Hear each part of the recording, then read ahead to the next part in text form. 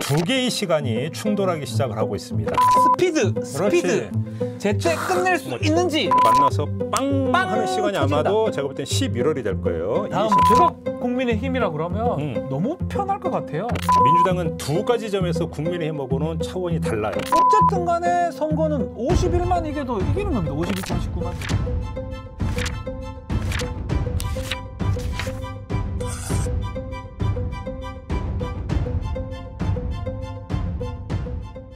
청기누설 22번째 시간입니다. 추석 연휴 동안 한 주 쉬었더니 그렇죠. 한 주 건너뛰었죠. 여기저기 전화가 옵니다. 뭐 하느냐? 넌 하늘 일도 없으면서 청기누설이나 하지.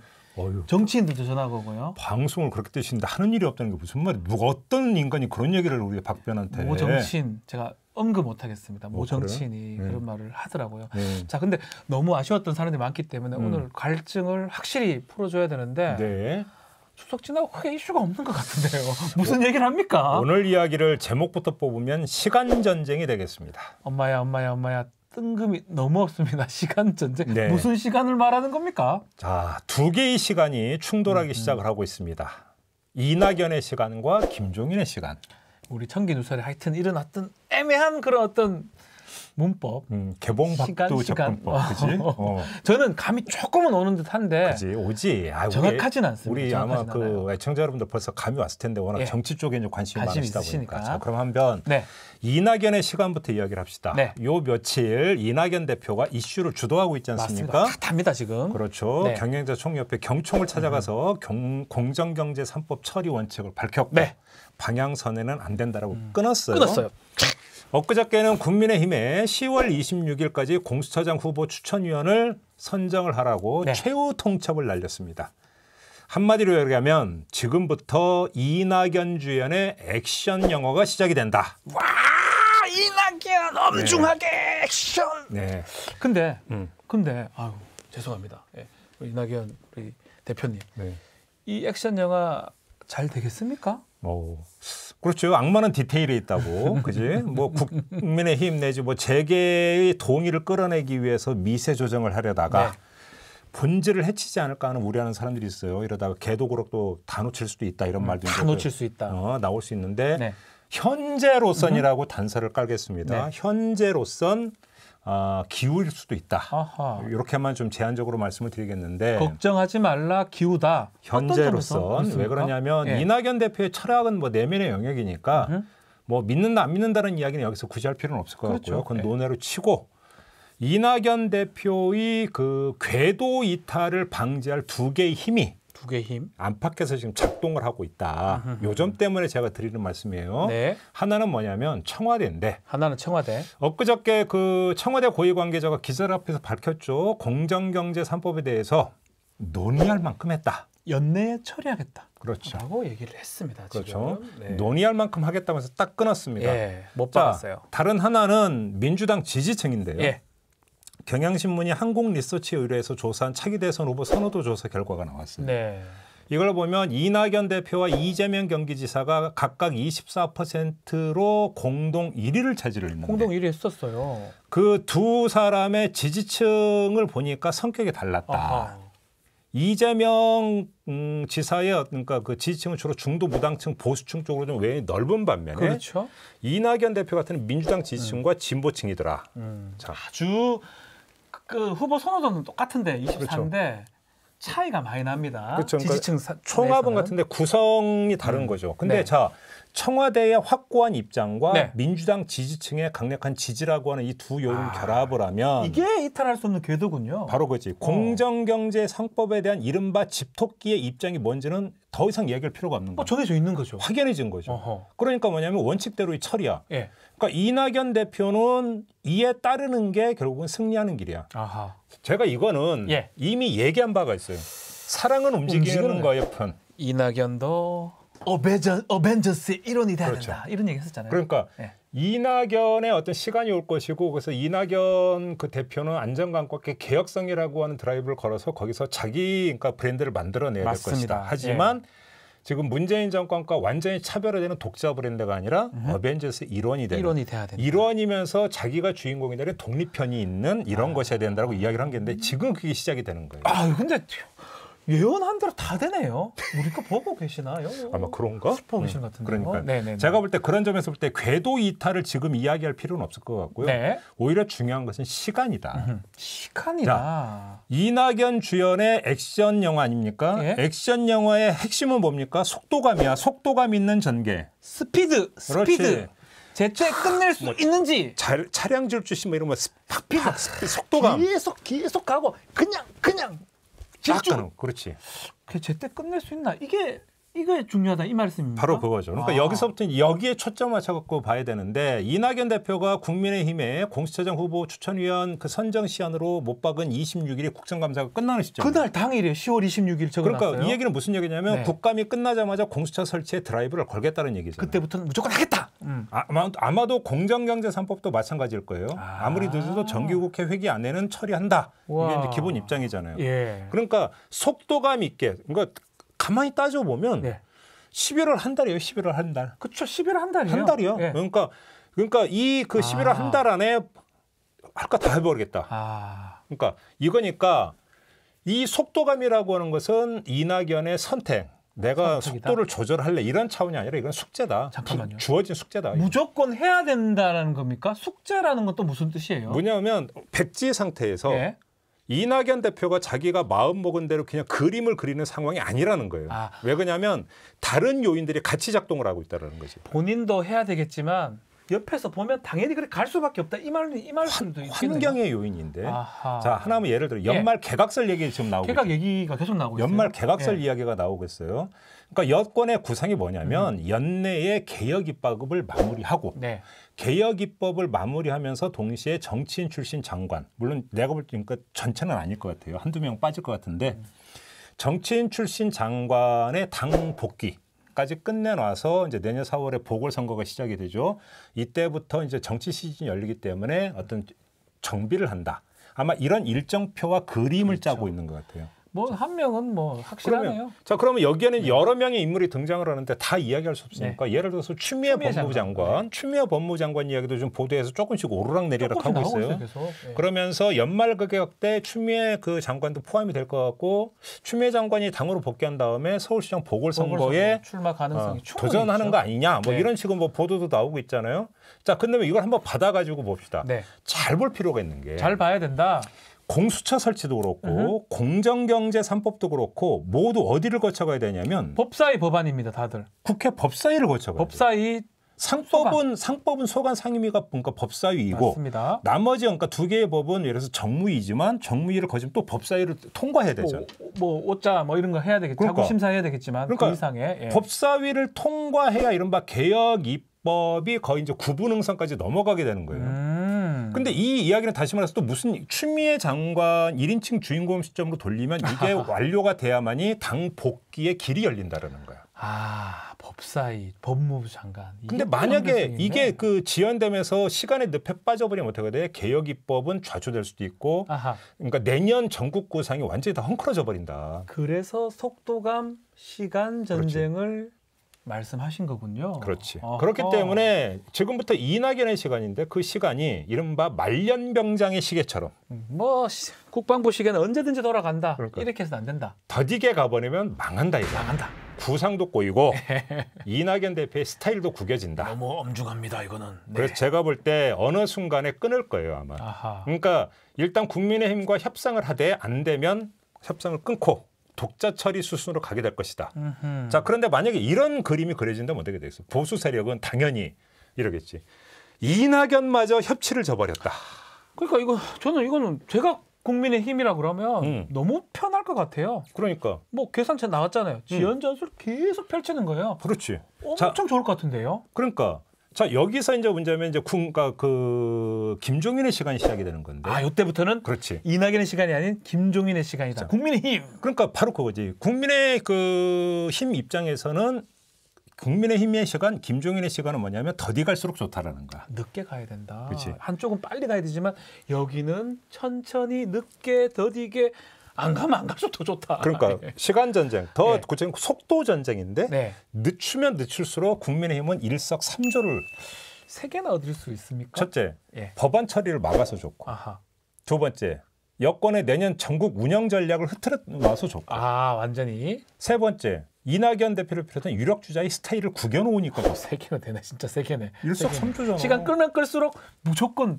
먹히네요. 꼭 그러니까. 예. 뭐 그러니까 바로 이런 점을 의식해서 김종인 비대위원장이 노동법 개정을 꺼내고 주호영 원내대표가 우리와의 인터뷰에서 공정경제 3법과 노동법 개정을 연계 처리할 방침을 밝히고. 네. 자, 이게 바로 김종인의 시간, 국민의힘의 시간이라는 거예요. 그런데 하나 분명히 해야 될 게 네.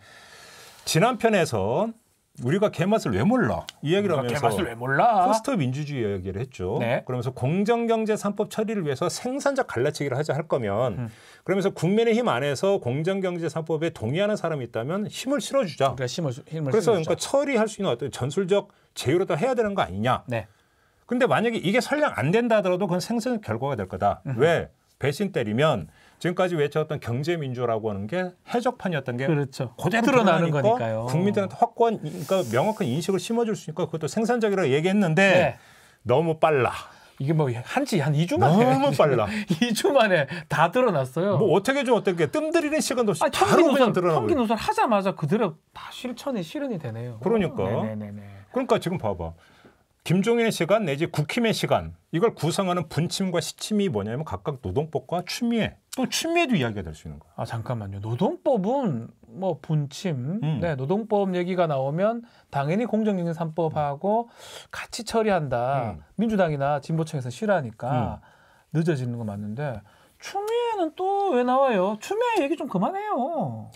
왜 또 나옵니까? 왜 저한테 그러세요? 아니요. 국민의힘 가서 얘기하세요. 국민의힘이 왜 또 할까요? 그거는? 그러니까 잘 봐. 이제 네. 그 검찰 수사 결과가 나와서 그래서 군무 이탈죄 성립 안 된다 이렇게 해서 사법적인 판단을 내렸어. 끝난 건데. 그래서 끝나는 거였는데 그다음에 뭐가 되면서 추미애가 거짓말했다. 그 얘기도 계속 하고 있어요. 진짜? 계속 물고 들어가잖아. 근데 여기서 뭐냐면 이거는 뭐냐면 여기도 상당히 전략적 포석이 깔려 있다고 봐야 돼요. 네. 자, 공수처나 공정경제 3법이나 모두 법사위를 거쳐야 한다고 이야기를 했잖아요. 네. 근데 이 말은 국민의힘의 지연 전술이 펼쳐지는 주무대가 바로 법사위가 된다는 얘기예요. 법사위가 그 무대네요. 그렇죠.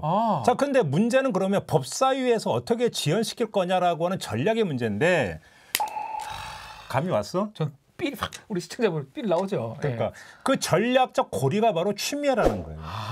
왜냐하면 추미애 장관 문제를 끊임없이 제기하면 자, 첫째 법사위 일정이 흔들려요. 맞습니다. 법사위 회의의 초점이 계속 흐려져요. 네. 아울러 물타기가 가능해지는데 자, 만약에 그 민주당이 뭐 그래서 공수처법 개정안이나 공정경제법 막 밀어붙이면 추미애를 덮으려고 다른 강수를 두고 나온다라는 여권이 물타기를 한다고 거꾸로 물타기를 쏘입니다. 그렇죠. 그죠? 아이고 맞다. 설령 이 모든 게 무위로 돌아간다고 하더라도 민주당의 독주와 독선을 부각시켜서 내년 봄 보궐선거 국면에서 활용할 수 있는 거죠. 네.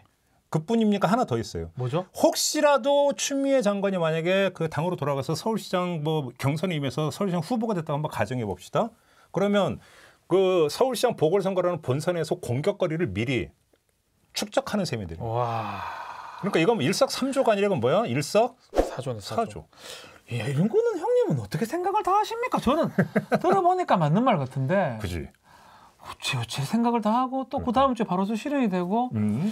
어쨌든 간에 정치가 참 복잡다단해요. 미묘하고. 그러니까 간단한 게 아니에요. 잘 모르겠어요. 그냥 그 목소리 높이면서 막 삿대질 잘하면 정치 잘하는 것 같지만 그게 아니에요. 김남국 의원! 뭐 이렇게. 예. 그죠. 누구 흉내 냈습니다. 죄송합니다. 예. 아무튼 왜 특정인을 언급을 하세요 지금? 친해서요. 근데 이제 자 이게 그 복잡 미묘하다고 이야기를 했으니까 제가 말 나온 김에 노동법도 간단히 좀 짚어보죠. 아까 이제 지연 전술 차원에서만 이야기를 했는데 그게 아니에요. 자, 지연 전술용이 아니라는 게 아니라 맞아요. 근데 그것만 있는 게 아니라는 거예요. 노동법은 또 다른 의미도 있을 것 같아요. 부수 효과도 누릴 수 있는데 그게 뭐냐면 보수 세력의 결집, 보수 유권자층의 결집의 매개가 될 수 있다는 거예요. 노동법 자체가 그렇죠. 어쩌면 진보의 어떤 아젠다일 수밖에 없고 그렇죠. 보수 세력이 집결할 수 있는 상황이 될 수가 있겠네요. 왜 그러냐면 자, 노동법을 강조하는 기본 레토릭은 기업을 살려야 한다는 거예요. 그렇죠.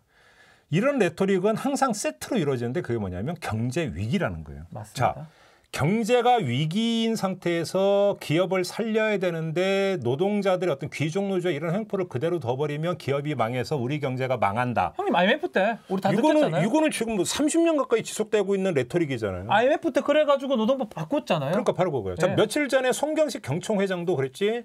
지금은 기업들이 경영 위기를 극복하고 고용 유지에 전력해야 하는 시기다. 그렇죠. 근데 왜 그랬어요?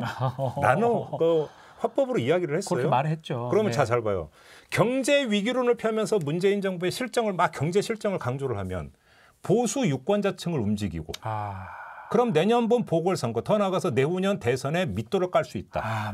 맞다. 와, 지금 보니까 이낙연 시간은 빨리 가고 있고 김종인의 시간은 더디게 가야 되고 이 두 시간을 지금 보니까 결국 이 두 시간은 교집합, 충돌을 꼭 하게 되겠네요. 그러니까 그 두 시간이 만나서 빵 하는 시간이 터진다. 아마도 제가 볼 땐 11월이 될 거예요. 다음 달에. 그렇지. 11월 한 달이 아마 엄청 뜨거울 것 같은데 까딱하면 12월에도 이게 정치 기후 변화에 따른 이상 난동 현상이 발생할 수 있고. 이상 난동 현상. 예. 근데 제가 볼 때는 이거는 어차피 거쳐가야 되는 과정이에요. 왜 그러냐면 지금까지 이야기를 종합을 하면 자, 공수처 설치한다, 공정경제 3법 처리한다라고 하는 당장의 어떤 떨어진 현안도 중요하지만 더 큰 맥락이 있어요. 뭐냐?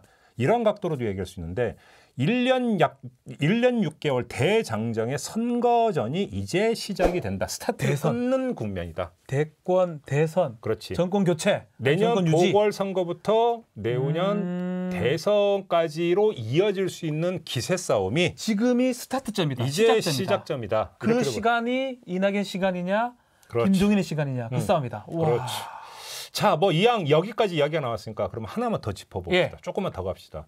자, 그러면 1년 6개월 대장정의 선거 국면 가운데 지금 단계는 뭐냐? 지금 단계요? 그러니까 똑같은 어떤 뭐냐면 1년 6개월이 똑같은 어떤 단계와 똑같은 성격의 그러니까 전국 속에서 그대로 진행이 되는 게 아니고 마라톤이라고 봐야죠. 그렇죠. 몇 개의 단계로 아마 나눠질 텐데 지금의 단계를 한마디로 정리하면 뭐냐면 이 초입 단계인데 이거는 집토끼의 응집력을 극대화하는 단계다. 네, 이거는 뭐 저도 알아요. 그치? 집토끼를 다 잡은 다음에 완전히 막바지에 이를 때 그때 중도 산토끼 잡아야 되잖아요. 그렇지. 그러니까 민주당이나 국민의힘 모두 자기 색깔을 분명히 함으로써 고정 지지층부터 다지려 할 것이라는 거예요. 맞습니다. 그러니까 지금 뭐냐면 민주당 같은 경우도 공수처다, 공정경제 3법이다, 개혁입법이 드라이를 거는 거고. 계속 거는 거고. 그러니까 국힘은 계속 태클 들어가고 있는 거죠. 노동법 바꾸자. 그렇죠. 얘기하고. 근데 문제는 지금 집토끼의 응집력을 극대화해야 되는 단계라고 하는 어떤 이 단계의 성격이 그러니까 각 당에 다른 규정력을 발휘할 거라는 게 초점이에요. 그게 또 이해가 안 되는데 어떻게 그건 무슨 말입니까? 자, 한번 제가 그럼 비교해서 말씀을 드려볼게요. 저 먼저 민주당. 자, 민주당은 지금 이 단계의 어떤 성격이 결집을 규정하는 색으로 나타날 거예요. 왜 그러냐면 이낙연의 시간을 한마디로 정리하면 개혁의 시간인데. 그렇죠. 이 기간 동안 이재명 경기지사가 각을 세울 이유가 없어요. 이재명은 가만히 있어야 된다. 각을 세우면 안 돼. 왜요? 왜냐하면 이건 개혁입법이잖아요. 개혁의 시간인데 이재명 지사가 여기에 각을 세운다라고 해서 뭐냐면 개혁에 대해서 어떻게 된다면 딴지를 건다라고 하는 인식을 심어주는 순간에 좀 전에 집토끼를 응집하는 단계라고. 집토끼들이 어떻게 반응을 하겠나라는 거예요. 반발할 수도 있겠죠. 당연히 그렇게 되겠죠. 그럼 이재명은 죽는다라는 거예요. 그러니까 이낙연 주연의 액션 영화에서 오히려 이재명 지사는 카메오로 출연하거나. 카메오 출연하고 있어요. 저희 카메오. 정말 참 조연 같은 유머 수준이라 그랬네요. 까만 양복이네요. 까만 양복. 아무튼 카메오로 출연하거나 아니면 조연 배우로 출연하거나 이렇게 돼야 된다. 그러니까 그래서 이낙연 플러스 이재명은 손발을 맞춰야 되는 협력 관계다. 같이 가는. 이 과정 2단계에서. 집토끼를 잡는 과정이니까. 그러니까. 그래서 이 과정에서 두 사람의 득과 실이 갈리는 제로섬 게임이 아니라 윈윈 게임이 된다는 거예요. 같이 갈 수밖에 없는 상황이다. 그렇지. 2단계에서는. 그렇죠. 2단계에서는 1년 6개월의 대장정 중에 2단계에서는 같이 가는 과정이다. 그러니까 제가 그 청기론설에서 예를 들어서 뭐 이성계의 길, 이성계의 길 얘기하면서 위화도 해군. 그렇지. 위화도 해군. 이게 뭐냐면 위화도 해군 전까지만. 지금 위화대군 전입니다. 그렇죠. 전까지만이라고 시간을 한정했던 것도 왜 그랬는지 다시 한번 생각을 해보세요. 지금 단계에서는 이렇게 간다라는 거예요. 근데 국민의힘은 그렇지가 않아요. 달라요. 왜 다르죠? 자, 문제는 김종인 비대위원장한테 있는데 자, 국민의힘 또한 자기 색깔을 분명히 드러내야 해요. 근데 문제는 이 방향과 김종인 위원장이 지금 미스매치가 발생하고 있다는. 보고서에 색깔을 내야 되는데 이분 그렇지. 경제민주화. 그렇지. 미스매치가 발생을 했어. 자, 그렇다고 김종인 위원장이 자기 색깔을 그러니까 더 본격적으로 내면 어떻게 되겠어요? 불협화음이 발생을 해요. 경우에 따라서는 집단 반발에 봉착할 수가 있는데 네. 이게 뭐 제로섬이라고까지 뭐 극단화해서 말씀을 드리고 싶은 생각은 없지만 그럼에도 불구하고 득실이 어느 정도 갈리는 과정이 될 것이다. 그러니까 뭐냐면 이 단계에서 오히려 국힘은 분열의 규정력이 작동할 가능성이 크다라는 거예요. 지금 단계에서 국민의힘은 분열할 수도 있다. 그런데 네. 형님 좋습니다. 다 좋은데 우리가 너무 정치공학적으로 자꾸 말씀을 하는데 네. 어쨌든 간에 선거는 51만 이겨도 이기는 겁니다. 51대 49만 되면. 그렇죠. 결국 외장 확장력을 외연을 확장을 해야 되는데 이게 가장 중요한데 이렇게 하다가 어디 갔노? 김종인 우리 어디 가셨노? 우리 집토끼 결집 아니라 산토끼 사냥으로 확 바뀌는 어떤 그런 좋은 상황이 생길. 그러니까 지금 요즘 거의 모든 언론이 뭐 김종인의 어떤 그 노선 방향을 얘기하면서 외연 확장을 해서 중도화 이런 얘기를 하는데 지금은 그 단계가 아니라니까. 제가 볼 때는 언론이나 이런 데서 약간 잘못 짚고 있는 게 있어요. 뭐냐면 너무나 뻔한 틀을 가지고 뻔한 이야기를 하고 있는데 우리는 뭐야? 구조와 흐름이잖아. 구름입니다. 우리는 그렇죠? 구조와 흐름. 그러면 국힘이 처해 있는 지금 어떤 그 내부적인 구조 속에서 어느 단계에 왔는가를 봐야 되는 거야. 그 점에서 본다면 그 얘기가 아니라는 건데, 자 조금만 그럼 더 얘기를 해봅시다. 네. 외연 확장이 중요하지. 근데 외연 확장은 지금 초입 단계에서 그러니까 시도하는 게 아니라 최소한 중기 단계로 넘어가서 비로소 이제 본격적인 과제가 되는 거예요. 그 단계를 뭐 우리가 정할 수 있습니까? 지금부터 중기입니다. 이건 중기는 뭐? 왜 그러냐면 중기라고 하는 것은 유력한 대권 주자가 등장하는 시점이에요. 제가 왜 이 이야기를 하냐면 자 여기서 어렵게 뭐 이론적으로 풀 거 없어요. 외연 확장의 주된 어떤 뭐냐면 주인공은 정당이 아니고 인물이에요, 인물. 사람이다, 그 사람. 그렇지. 그러니까 정당의 색깔에 인물의 매력 요인이 결합돼야만 외연 확장의 동력이 생기는 거예요. 이건 우리가 경험칙이에요. 아, 맞네요. 네. 그렇잖아. 네, 그렇죠. 그렇잖아요. 오히려 정당이라고 하는 것이 한순간에 갑자기 정당 지지층을 2배로 확 늘리고 이런 경우는 거의 없어요. 그렇죠. 플러스 마이너스 몇 퍼센트 포인트 안에서 계속 왔다 갔다 하는 게 정당. 왜 그러냐면 정당은 인격체가 아니기 때문에 그렇죠. 고정 지지층이 사람들의 마음을 그러니까 그렇게 크게 어떤 마음의 움직임을 진폭을 크게 만드는 주체가 아니에요. 인물이 진폭을 크게 할 수 있다는 거죠. 바로 그렇기 때문에 외연 확장의 주인공은 정당이 아니라 인물인데 네. 여기서 이야기는 인물이라고 하는 것은 뭐예요? 대권 주자일 거 아니야. 그렇죠. 대권 싸움이니까. 지금. 그 단계 가서 외연 확장의 시도가 되는 거예요. 응? 그래서 자 그럼 한번 이걸 하나만 더 얘기해주세요. 네. 정치 평론한다는 사람들이 지금 뭐 여기저기 나와서 다 하는 말이 뭐예요? 국민의힘이 그렇게 반사 이익을 얻을 수 있는 기회가 많았는데도 지지율이 왜 오르지 않느냐? 인물이 없기 때문이다. 다들 그렇게 얘기하잖아요. 그렇게 얘기해요. 자, 그 재미난 게 뭐냐면 김종인이라는 인물이 있는데 이런 얘기를 해. 김종인이 아니라 그러니까 무슨 얘기야? 그러면 김종인을 앞세운 외연 확장은 안 된다는 얘기야. 이미 중간 결론 나왔어. 자, 그러면 그 국민의힘이라고 하는 정당 안에서 뭔가를 지금 계속 착 보면서 대권을 이내로 목표를 놓고 뭔가를 계속 모색하고 있는 사람들이 앞으로 어떻게 할 거라고 생각을 해? 네. 자기 기반을 다지려 할 거 아니야. 그렇죠. 그런데 문제는 그럼 지금 단계, 이 초입 단계에서 기반을 다지는 방법이 뭐야? 집토끼를 잡고 집토끼한테 확인을 받고 인정을 받는 거겠죠. 바로 그거지. 집토끼에 대한 호소거든. 산토끼에 대한 호소가 아니라는 거야. 그래서 아까 이게 불협 화합 내지 분열의 요인으로 작동할 수 있다는 이야기가 원리가 이렇게 되는 거야. 이게 뭐냐면 이게 전혀 낯선 과정이 아닌 게 지난 총선 전에서 황교안의 길이 이랬던 길이야. 그런 거잖아요. 물론 이때는 근데 황교안을 대적할 수 다른 사람이 없었기 때문에 이렇게 아주 그 순도 100%의 어떤 그 노출 버전으로는 나타나지 않았지만 비슷하게 가는 거예요. 왜냐하면 지금은 집토끼에 호소할 때라고 하는 점. 그렇죠. 이렇게 되는 거죠. 자. 이해가 됩니다. 되십니까? 이해가 됩니다. 네. 지금 시기가 참 중요한 시기네요. 그러니까. 중기는 아니고 아직 초기 단계이기 때문에 집토끼를 잡아야 될 시점이다. 자, 그러면 민주당도 똑같은 원리가 작동됩니까? 어떻습니까? 다르죠. 또 달라요. 민주당은 두 가지 점에서 국민의힘하고는 차원이 달라요. 뭐냐면 아까 그 국민의힘은 인물이 없다고 했잖아요. 예.